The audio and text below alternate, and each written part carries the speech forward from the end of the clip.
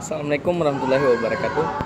Jumpa lagi dengan saya Rizal Ayub dalam momen channel ya, meliput peluang usaha di sekitar Anda. Kawan sekalian, pada kesempatan kali ini saya mau sharing tentang peluang usaha yang cukup menjanjikan di Aceh. Peluang usaha ini bisa Anda lakukan di mana saja, baik di tingkat provinsi, di tingkat kabupaten, atau sampai ke tingkat desa. Apa itu? Adalah peluang usaha warung kopi ya. Warung kopi itu di Aceh itu sangat potensial gitu. Cuman ada beberapa syarat gitu warung kopi yang Anda butuh penuhi jika memang Anda mau bergerak di usaha bidang warung kopi. Salah satunya adalah warung kopinya itu minimal ada wifi, minimal sekali.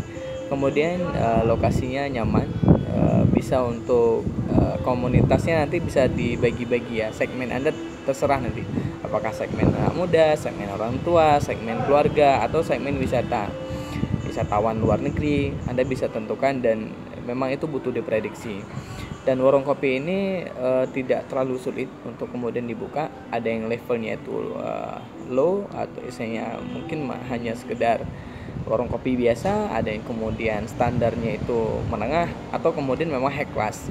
Nah, ini tergantung Anda.